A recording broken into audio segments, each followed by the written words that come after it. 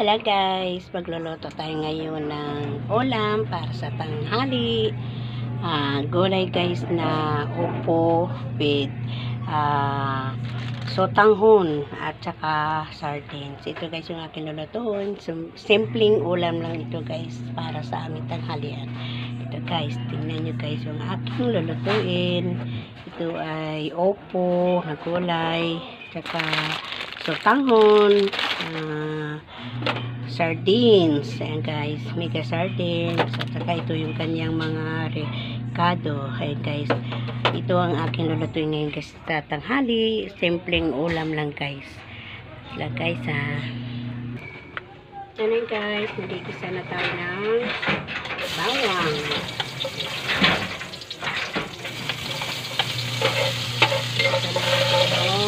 Bawang.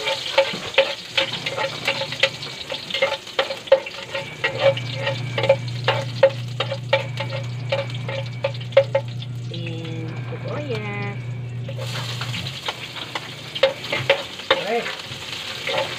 Uulan nyo guys. Simple lang ito guys.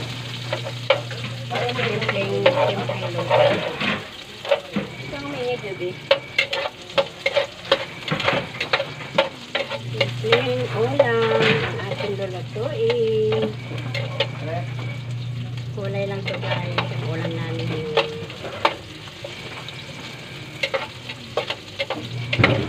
kamatis.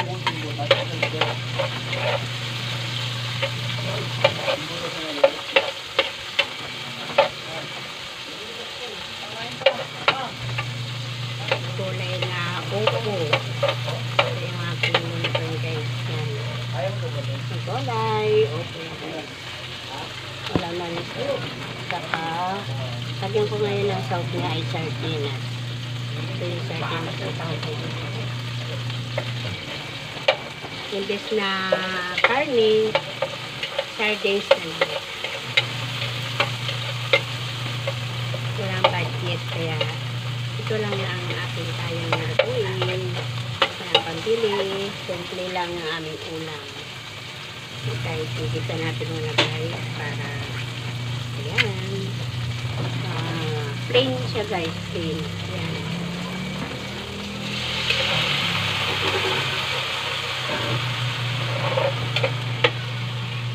Sardines. Ito yung kanya kapit.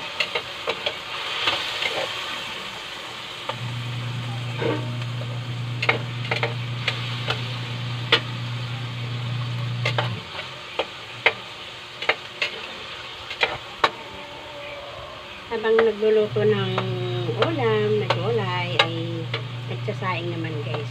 Sabay na rin yung sinaing. Ito yung sinaing namin guys, kaldero.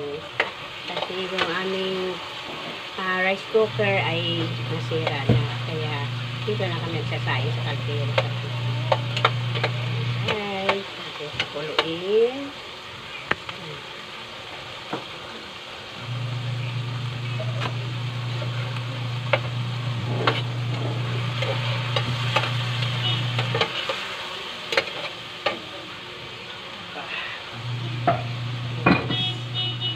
Guys, lalagyan na natin yung gulay. Sasawag na natin yung gulay.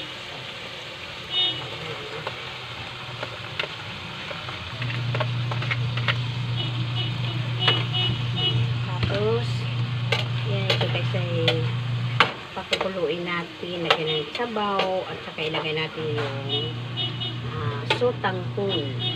Sotanghon naman yung hanap. Lagyan muna natin ng asin, konting asin.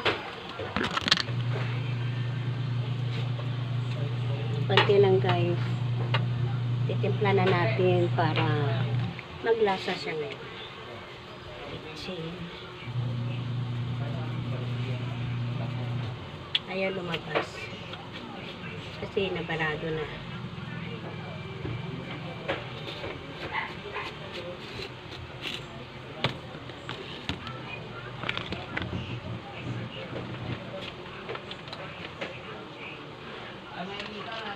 Lagyan natin ng konting toyo guys para naman hindi siya masyadong putla.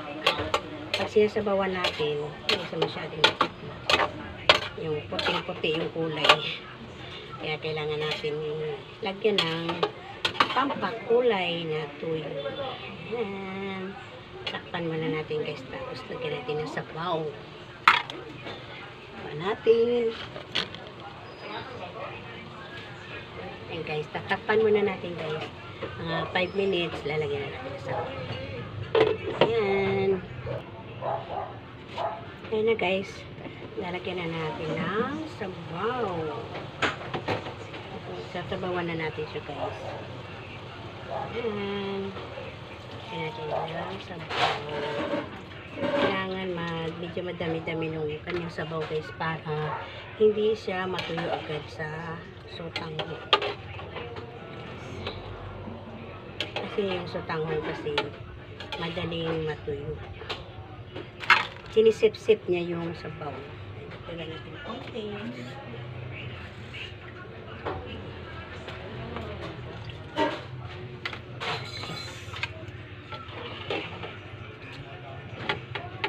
Ano na natin? Yan na guys. Lalagyan na natin yung ito na yung sotanghon. Yan, sotanghon guys.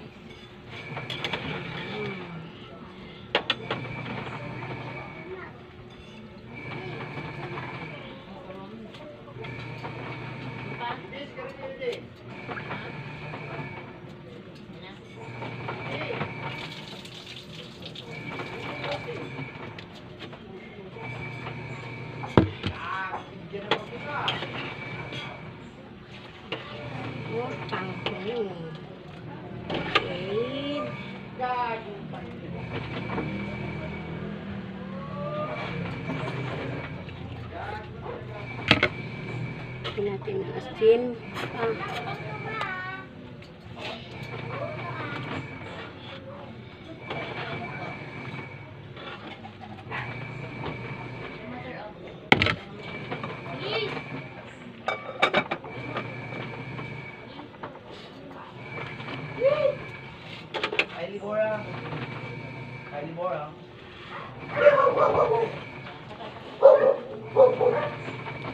Tabang pa guys, tabang pa. Tira natin asin. Ayan guys, oh. Ayan.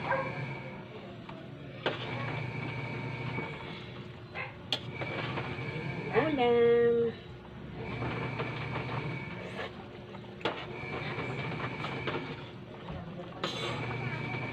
Takpan na natin guys. Ayan. 5 minutes ay paluluto na yung sotanghon. Kanin. Malapit naman ito yung kanin guys. Ikutin natin kasi